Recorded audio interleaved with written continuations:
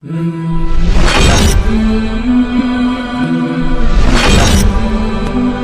पाक के मुतालिक अवामुन्नास में कुछ अकायद के लिहाज से जो गलत फहमियाँ हैं उनके मुतालिक भी अवाम को जानना ज़रूरी है। इनमें से एक ये कि जब किसी इंसान के हाथ से, किसी मुसलमान के हाथ से गलती से कुरान पाक का नुस्खा गिर जाए तो उसके बाद अवामुन्नास में ये बात मशहूर है कि कुरान मजीद के बराबर अनाज सदका करना लाजमी है या उसके ऊपर कुछ कफारा लाजमी है। वो इसके मुतालिक मसाइल पूछते हैं कि गलती से कुरान गिर गया है, अब उसके कफारे के तौर पे हम क्या करें, मस्जिद में क्या चीज़ दे दें या किसी गरीब को क्या चीज़ दे दें, क्या चीज़ हम सदका करें, इसके मुतालिक कितनी रकम सदका करें, सवाल पूछते हैं। ये बात याद रखिए कि कुरान पाक अगर गलती से किसी के हाथ से गिर जाए तो उस पे शरीयत में कोई भी ऐसा हुक्म नहीं कि वो कोई सदका करे या उसके ऊपर कोई कफारा लाजम आता है, ऐसा कुछ भी नहीं है। बल्कि इसका असल जो है वो तौबा इस्तिग़फ़ार है, वो इस्तिग़फ़ार कर लें, तौबा कर लें और इस तरह जो कोताही उसने की है इस कोताही से इज्तिनाब कराए। लेकिन अगर वो अपनी तरफ से अपने इत्मीनान नफ्स के लिए वो कुछ सदका खैरात करते हैं कुरान मजीद गलती से गिरने के मौके पर, तो ये भी इजाजत है शरीयत की तरफ से। तो वो अपनी तरफ से ये कोई चीज सदका भी कर ले लेकिन इसको शरीयत में लाजिम न समझे। कोई चीज बिदअत उस वक्त बनती है और नाजायज उस वक्त बनती है जब कोई अच्छा काम करे और उसको लाजिम भी समझे कि शरीयत की तरफ से ये हुक्म भी है और शरीयत की तरफ से वो हुक्म ना हो तो उस वक्त उसको बिदअत समझते हैं, उसको नाजायज समझते हैं। लेकिन अगर इस हुक्म को शरीयत का लाजमी जुज न समझे, अपनी तरफ से कुरान पाक के नुस्खे गिरने के मौके पर कोई सदका खैरात कर लेते हैं तो इसकी भी गुंजाइश है, बल्कि बेहतर है, लेकिन इसको लाजम न समझे। अब ये उस वक्त है जब कुरान मजीद गलती से किसी इंसान के हाथ से गिर जाए। लेकिन अगर कोई कस्तन नाउजुबिल्लाह सुम्मा नाउजुबिल्लाह वो कुरान मजीद की बेहरमती करता है, कुरान मजीद के नुस्खे को खुद गिराता है, फेंकता है या जलाता है इहानत की गरज से, बेहरमती की गरज से, तो इससे वो इंसान इस्लाम से खारिज हो जाता है, वो कुफर में दाखिल हो जाता है। उसके बाद वो इंसान अगर दोबारा तौबा करता है और दोबारा कलमा पढ़ने के बाद गोया के असर नौ इस्लाम में दाखिल होगा, और जब असर नौ इस्लाम में दाखिल होगा तो उसमें जब कुफर में वो दाखिल हो चुका था कुरान मजीद की इहानत की वजह से, अगर उसका कोई निकाह वगैरह था तो वो भी बातिल हो चुका है, उसका निकाह टूट चुका है। वो जब दोबारा कलमा पढ़ेगा तो अपने निकाह की भी तजदीद करेगा। दूसरी बात कुरान मजीद पर कसम खाने के मुतालिक है। बाज लोग ये समझते हैं कि कुरान मजीद का नाम लेकर अगर कसम खा ली जाए तो ये कसम मुनाकिद नहीं होती, क्योंकि उनके ज़हन में ये होता है कि कसम असल में अल्लाह रब्बुल इज़्ज़त की ज़ात की और उसकी सिफात की कसम खाई जाती है, कुरान मजीद की कसम से कसम मुनाकिद नहीं होता। तो एक गलत फहमी है। असल में शरीयत का हुक्म तो यही है कि अल्लाह रब्बुल इज़्ज़त के नाम और सिफाती नामों के अलावा, अल्लाह रब्बुल इज़्ज़त की ज़ात के अलावा किसी और चीज़ की कसम नहीं खानी चाहिए। लेकिन कुरान मजीद के मुतालिक जमहूर का यही फतवा है कि कुरान मजीद का नाम लेकर कसम खाने से कसम मुनाकिद हो जाती है। अगर कोई शख्स ये कसम खाता है कि मैं काम करूंगा फिर नहीं करता तो कसम का कफारा उस पर आएगा। अब कुरान मजीद में कसम एक तो ये है कि कुरान मजीद का नाम लेकर कसम खाता है कि कुरान मजीद की कसम में ये काम करूंगा, कुरान मजीद की कसम में ये काम नहीं करूंगा, ऐसे तो कसम मुनाकिद हो जाएगी। लेकिन सिर्फ अगर यूं कुरान मजीद पे हाथ रखकर वो कोई बात करता है तो इससे, अगर जुबान से कसम नहीं खाता, कुरान मजीद का नाम नहीं लेता, सिर्फ कुरान मजीद पे हाथ रखकर वो अगर किसी बात का अज़म करता है तो इससे कसम मुनाकिद नहीं होती, और अगर वो काम न हो पाए उससे तो इससे उस पर कफारा भी लाजम नहीं आएगा। अब बात तो ये हो गई कि कुरान मजीद का नाम लेने से अगर कसम खा ली जाए तो कसम मुनाकिद हो जाती है, वो काम उस शख्स पे लाजम हो जाता है, और ना करने पे उस पे कफारा भी लाजम आता है। अब कफारा क्या है? तो कसम का कफारा ये होता है कि सबसे पहले तो कोशिश करे कि वो 10 मिस्कीनों को 2 वक्त का खाना खिलाए। वो सुबह और शाम मतलब है कि 2 वक्त का 10 मिस्कीनों को खाना खिलाए। अगर खाना नहीं खिलाता तो फिर 10 मिस्कीनों को वो कपड़ा पहना दे, जो नॉर्मल कपड़ा होता है इस्तिताअत के मुताबिक वो कपड़े 10 मिस्कीनों को पहना दे। और अगर वो खाना भी नहीं खिला सकता, 10 मिस्कीनों को कपड़ा भी नहीं पहना सकता, उसके बाद शरीयत का हुक्म ये है कि वो 3 रोजे लगातार रखेगा। ये उस कसम का कफारा होगा, उससे इंशाअल्लाह अल्लाह ताला उसके ये गुनाह माफ कर देंगे। अब अगर कोई शख्स एकदम यकदम 10 मिस्कीनों को खाना नहीं खिला सकता, वो एक ही मिस्कीन को अगर लगातार 10 दिन तक खाना खिलाता है 2 वक्त का, तो इससे भी जो हम कहते हैं कि 10 मिस्कीनों को खाना खिलाएगा, तो इस तरह 10 मिस्कीनों का खाना एक मिस्कीन को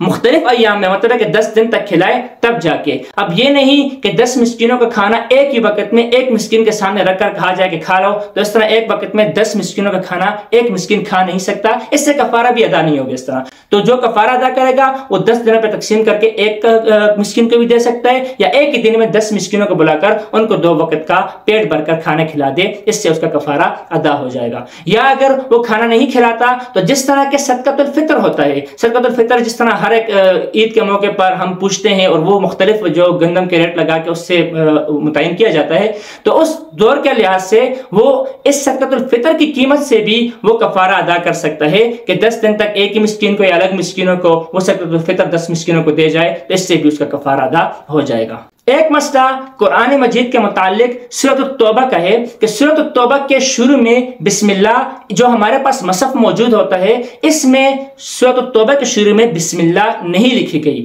अब बाज लोग जब सूरत तौबा से तिलावत शुरू करते हैं तो वो गुनाह समझते हैं कि हम कहीं गलती से भी इसके शुरू में बिस्मिल्लाह न पढ़ लें, जबकि ऐसा कोई हुक्म नहीं, बल्कि अगर आप शुरू से ही तिलावत करते आ रहे हैं, मिसाल के तौर पर आप पीछे से सूरत अनफाल से ही तिलावत कर रहे हैं और आगे सूरत तौबा शुरू हो गई है, तो इसका जो तरीका है जिस तरह के हमारे सलफ ने इसके अंदर जो है ना, जिस तरह मसहफ उस्मानी में बिस्मिल्लाह नहीं लिखी गई, तो वो भी बिस्मिल्लाह न पढ़े। जैसे ही सूरतुल अनफाल खत्म होती है तो उसके बाद डायरेक्ट वो सूरत तौबा शुरू करके इसी तरह तिलावत जारी रखे। लेकिन अगर इस दौरान सूरतुल अनफाल खत्म करने के बाद अगर वो किससे बातचीत करता है और तिलावत में कोई ब्रेक ले लेता है, उसके बाद अगर वो दोबारा तिलावत शुरू करता है, तो फिर सूरत तौबा के शुरू में भी बिस्मिल्लाह पढ़नी चाहिए। और इसी तरह अगर वो शुरू से ही जैसे ही वो मसहफ खोले, कुरान खोले और वो तिलावत शुरू करना चाह रहा है और शुरू ही उसकी सूरत तौबा से हो रही है, तो उस वक्त भी वो औज़ु बिल्लाह भी पढ़ेगा और बिस्मिल्लाह भी पढ़ेगा। सिर्फ बिस्मिल्लाह का हुक्म उस वक्त नहीं है जब वो शुरू से ही पीछे से तिलावत करता आ रहा हो, तो सूरत अल-अनफाल जैसे ही खत्म होती है और सूरत तौबा शुरू होती है, तो उस वक्त वो बिस्मिल्लाह न पढ़े। बाकी सूरतों में वो औज़ु बिल्लाह भी पढ़े और बिस्मिल्लाह भी पढ़े।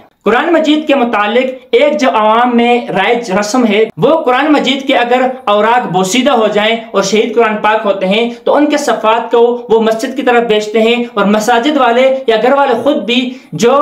बोसीदा औराक कुरान पाक के होते हैं उनको जलाते हैं या उनको दरियाओं में बहाते हैं। तो असल हुक्म याद रखिएगा कि कुरान मजीद के जो नुस्खे होते हैं वो बोसीदा हो जाएं, पुराने हो जाएं और वो उनसे तिलावत ना हो सकती हो, तो उस वक्त इन औराक को जो शरीयत का हुक्म है, इनको एक पाक कपड़े में बंद किया जाए और उसके बाद इसको ऐसी जमीन में दफन कर दिया जाए जहां लोगों का आना जाना ना हो, जहां पे लोगों के कदम न पड़ते हों। एक ऐसे साइड के इलाके पे जहां पे लोगों का आना जाना ना हो, वहां पे दफन करते हैं एक साफ पाक कपड़े के अंदर। ये शरीयत का हुक्म है। इसके अलावा अगर कोई शख्स इसको जलाता है तो ये बेहतर नहीं है, ये इहानत भी है, अगरचे इससे वो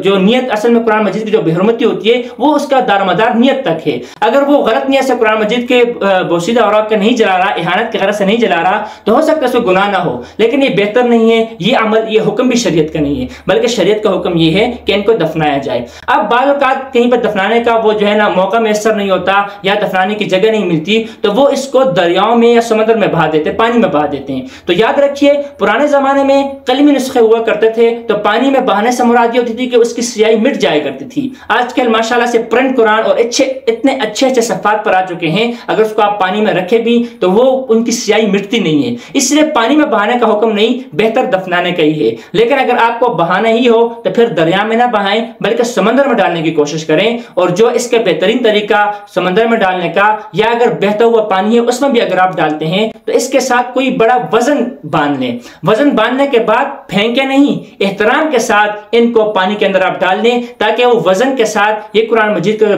बोसीदा नुस्खे हैं ये पानी के तह में चले जाएं, ये पानी के साथ आगे बहते न चले जाएं। क्योंकि बाज़ औक़ात पानी के साथ बहते हुए ये फिर एक ऐसे मकाम पे, बाज़ औक़ात गंदे नालों से इस तरह औराक मिल चुके हैं, बाज़ औक़ात इस तरह जो गंदी जगहों से कुरान मजीद के औराक मिल जाते हैं, तो ये दरिया बहाते हुए या नदियाँ बहाती हुई इनको साइड के ऐसे गंदे इलाके तक भी ले जाती हैं, इसलिए इहानत से बचने के लिए पहले तो दफनाएं, अगर दफनाने का मौका ना हो और बहाना ही लाजमी हो तो उस वक्त फिर इनके साथ कोई वजनी चीज बांधे और उसके बाद इनको पानी के अंदर एहतराम के साथ डालें ताकि गहराई में चले जाएं। इसके अलावा कुरान मजीद के मुताल्लिक के कुरान मजीद को बेवुजू हाथ नहीं लगा सकते, और ये जमहूर मुहद्दिसीन का और जमहूर जो है ना सहाबा का और उसके बाद जो अइम्मा अरबा हैं उनका भी यही मौक़िफ़ है कि बगैर वुजू के कुरान मजीद को आप हाथ नहीं लगा सकते, ला यमस्सुहु इल्लल मुतहहरून। लेकिन अब कुरान मजीद जो है ना इसको बगैर वुजू के तो हाथ नहीं लगा सकते, लेकिन अगर कुरान पाक के ऊपर कोई गत्था चढ़ा हुआ है, इसकी जिल चढ़ी हुई है, वो भी कुरान के साथ मुंसलिक है, तो उस गत्थे को भी आप कुरान मजीद आप ये समझते हैं कि नुस्खा तो अंदर है, बाहर इसके इतना मोटा गत्था है, इसको बगैर वुजू के हाथ लगा दे, तो इसकी भी इजाजत नहीं, वो भी कुरान मजीद के साथ मुंसलिक होने के साथ वो कुरान मजीद के ही हुक्म में है। इसके साथ अगर कुरान मजीद के ऊपर गिलाफ चढ़ा हुआ हो और वो गिलाफ भी कुरान मजीद के साथ मुंसलिक हो जाता है, वो भी कुरान मजीद का एक हिस्सा बन जाता है, तो बगैर वुजू के आप उस गिलाफ से भी कुरान मजीद को बगैर वुजू के आप नहीं छू सकते। अलबत्ता अगर आपका अलहदा से कपड़ा हो, अलहदा से कपड़ा से मुराद है कि अब आप अगर अपने बाजू से अपने दामन से आपका वुजू नहीं है और आप कुरान मजीद को उस दामन के कपड़े के साथ या अपने दुपट्टे के साथ पकड़ना चाहें, तो तब भी शरीयत का हुक्म यह है कि इसकी इजाजत नहीं है, क्योंकि ये भी आपके जिस्म का हिस्सा है और आप बेवुजू हैं। बल्कि अपने जिस्म से अलग थलग कोई और कपड़ा है,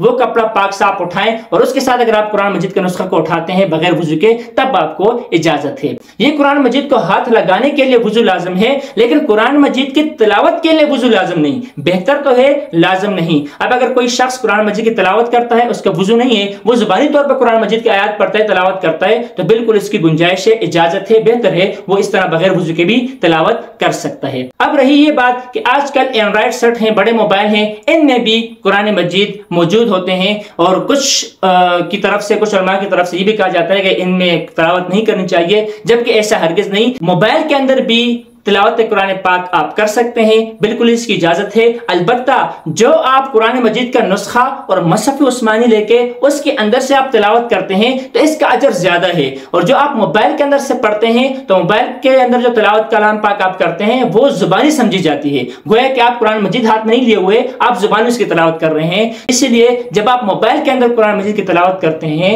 तो उसके लिए वुजू लाजिम नहीं। अलबत्ता जब आप मोबाइल एक जगह साइड से पकड़ते हैं और कुरान मजीद उसके अंदर खोल के आप पढ़ते हैं तो बिल्कुल इसकी गुंजाइश है। अलबत्ता कोशिश करें कि जब आप सफा जो है ना आप आगे पीछे करें तो उसके ऊपर आयत के ऊपर टच ना करें, ये बेहतर है, वरना उसके साथ टच भी कर सकते हैं। लेकिन अक्सर जो उलमा के इसमें इख्तिलाफ है कि आया जो स्क्रीन के ऊपर कुरान है इसको ऊपर जो आप टच करते हैं वो आयत के ऊपर बगैर वुजू के टच कर सकते हैं या नहीं, तो इसके अंदर उलमा का इख्तिलाफ है। इसलिए बेहतर ये है कि आप कुरान मजीद के जहां पे आयत है उसके ऊपर टच न करें, बल्कि साइड से आप सफ़े ऊपर नीचे कर लिया करें। बाकी मोबाइल में बगैर वुजू के आप तिलावत कर सकते हैं, इजाजत है, लेकिन बेहतर यह है कि आप